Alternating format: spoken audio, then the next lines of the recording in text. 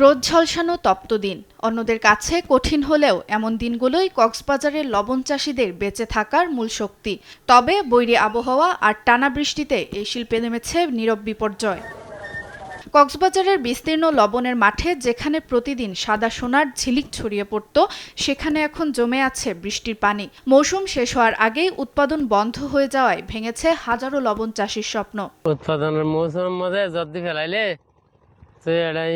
মাটি না রইব না ভাই এন লইয়ে দেরি তারা লস হয়ে দেরি লাখ 1.5 লাখ টাকা গুণারি আছে আর আসলে 4-5 খানি মাঠ গেছিলাম ধোয়া মাইছে আজ বেতন পর্যন্ত নড়বো। কিছু ক্ষতি হয়েছে যাতে লাখ 1.5 লাখ টাকা গুণারি লসের মধ্যে আছে, সেটা হয়তো দিন যা আছে তার মধ্যে পেতেও পারি না পেতেও পারি। কক্সবাজারে লবণ শিল্পের সঙ্গে সরাসরি জড়িত 40,000-এরও বেশি মানুষ।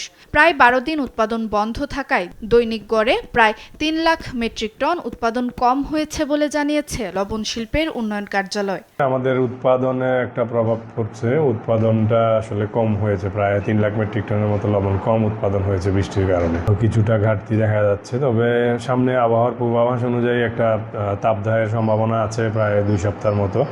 তো এটা আসলে লবণের জন্য একটা ভালো খবর। সরকারি সহায়তা আর ন্যায্য দাম পেলে ক্ষতি পুষিয়ে আবারও ঘুরে দাঁড়াতে পারবেন লবণ চাষিরা, এমনটাই বলছেন সচেতন মহল। সুপ্রিয়া তৃষা, নিউজ ডেস্ক, দেশ টিভি।